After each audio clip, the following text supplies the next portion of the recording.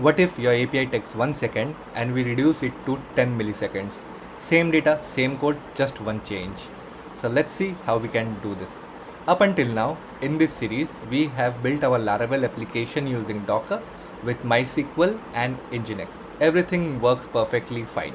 But there is a small problem. Every time we hit a request, it goes to our database. So our every request is going to our database. And as the application grows in real world, this will become the bottleneck. So for that, to demonstrate this example, I have added some files in our Laravel application. So currently in our Docker Compose file, we have 3 containers, one for the Laravel application, one for Nginx, and one for MySQL database, right? The files I have added one migration file to create the projects table. I have added project seeder to load in some dummy data of 10,000 rows in projects table, and I have also added few routes to demonstrate this example. So now if I come here, so this is our application which is up and running, and if I go to the slow projects route, so here you can see that the source is database, the records we are pulling is 10,000, and the time it's taking is around 22 seconds to 23 seconds, or sometimes it's 30 seconds, right? So every time we are hitting this endpoint, this request is going to our database, okay, which is not right.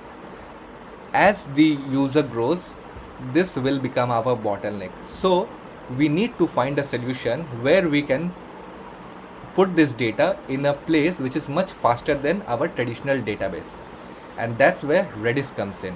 All right, because normal database, traditional database are stored in disk, but Redis is a in-memory database, so it's best to use Redis for repeated read operations, right? And we will use Redis as a cache in our Laravel project.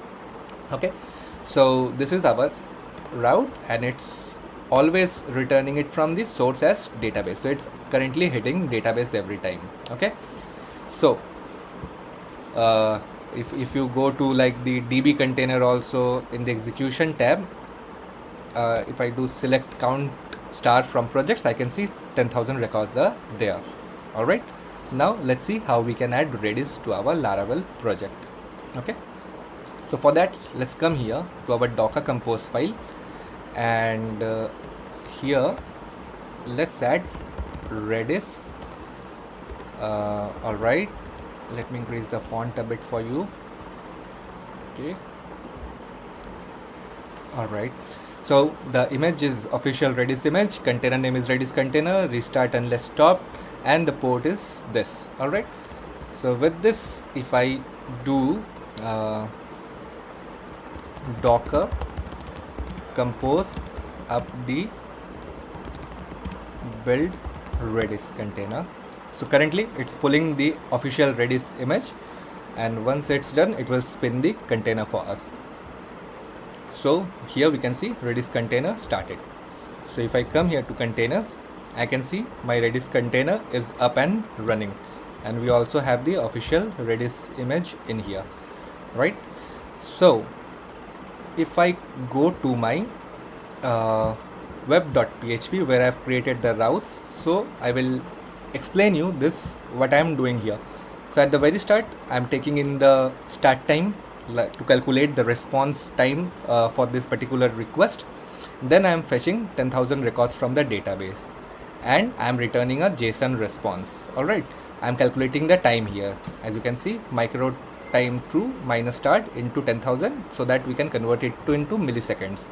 All right, and here if you see, this is the fast route, which is exactly similar to the slow route. This code in here and this code in here is totally same, just this thing is new. Okay, so I have not yet added this one. Okay, I will add this one once we configure Redis. Right now both the routes are behaving in the same manner. So if you can see, like the slow projects route, the source is database, and it's currently taking this much of time for this much record. If I go to the fast projects, so it's also taking the same amount of time, count is same, and the source is database as well. All right, so what we need to do right now to actually pull the data from Redis. So we can't directly pull the data from Redis, right? We first need to put the data in Redis, then only we can pull it from Redis, right? So how we can do that? First thing we need is to configure our environment for that. Okay, so here currently the Redis host is written our local host, but here it should be Redis, which is the name of our service. Okay, cache store should also be Redis. Alright, so with these changes, what we can do now, we can uncomment this line.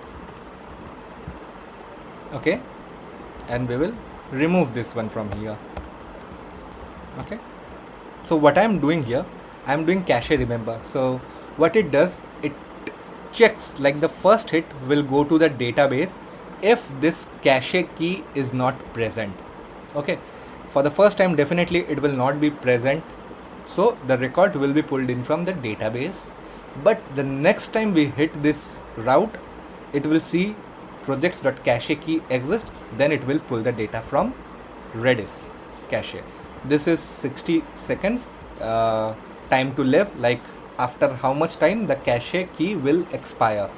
Alright, so with this change, if I come here, slow project will remain same as it is. Okay, database source is database, nothing changes here because no modification has been done in the slow routes. Okay, slow projects route, we have only changed in the fast projects route, right? So now if I come here to the fast projects route and hit enter, so I am getting class Redis not found. Okay, alright, so Laravel can't find Redis, instead our Redis service is up. Okay, so what it has does, it has created the Redis server for us, and our application has connected with the Redis server as well, but Laravel says Redis is not found, class Redis not found. Why? Because we need to install some extensions in our application for it to understand that Redis is available. So for that we need to add this command in our Docker file, right? So this is our Docker file to run our Laravel application. So here we can add this, right, like this. Since we have added this, now we need to build this again. So docker compose down and docker compose up the build. Okay, so it has built the containers once again. Now if I come here, everything is up and running. If I go to slow projects, perfect, time is 24 milliseconds, the source is database. The second hit, it's also coming from database itself. Now if I come here and hit this route, so time is 34 milliseconds, the source is database. Okay, but now if I hit it again, boom, the time is now 10 milliseconds, so it has reduced by 1/3, right? And the source is now cache. So here we can see it's coming from Redis, alright, not from database. So if I hit it multiple times now, you will see the time is taking 1/3 of its original time and the source is cache. Till how much time it will get the data from Redis? For 60 seconds. So our cache will preserve for 60 seconds because that's what we have mentioned in here, right? So the cache will live for 60 seconds, time to live. Alright, so simply the thing is that our first hit will go to the database because the cache key is not set, but after the first hit the cache key will be hit and then it will fetch the cache from Redis itself. Okay, so now one thing, you know that it's coming from Redis. After the first hit goes to database, then it coming from Redis. But if I come here, hit again, so here see, again it is source database. Why? Because 60 seconds has passed. Okay, now after 60 seconds the cache has expired and again it is hitting the database. But now if I again hit this, it is taking from cache. Okay, but this is okay, but how do we confirm actually the data is getting stored in Redis or not? So for that, we can, since we are using Docker, we can do it very easily to see if the data is actually getting stored in Redis or not. So we will use a Redis client for that. Alright, so this is the Redis graphical user interface that we will be using. The image is called Redis Insight latest. Container name is this, and I believe the port it uses is 5540, right? So 5540. All right, so now what we need to do, we need to spin this up, right? So docker compose g build Redis insight SIGHT. Okay, sorry, docker compose up 3. Okay, perfect. So it's pulling in the Redis insight image. Once it's done, we will check the containers, so it will come up here, right? Okay, so the container has started. Now we can see the Redis insight is available here, and it's available in port 5540. So if I come here, hit enter, so this is the page you will see at first.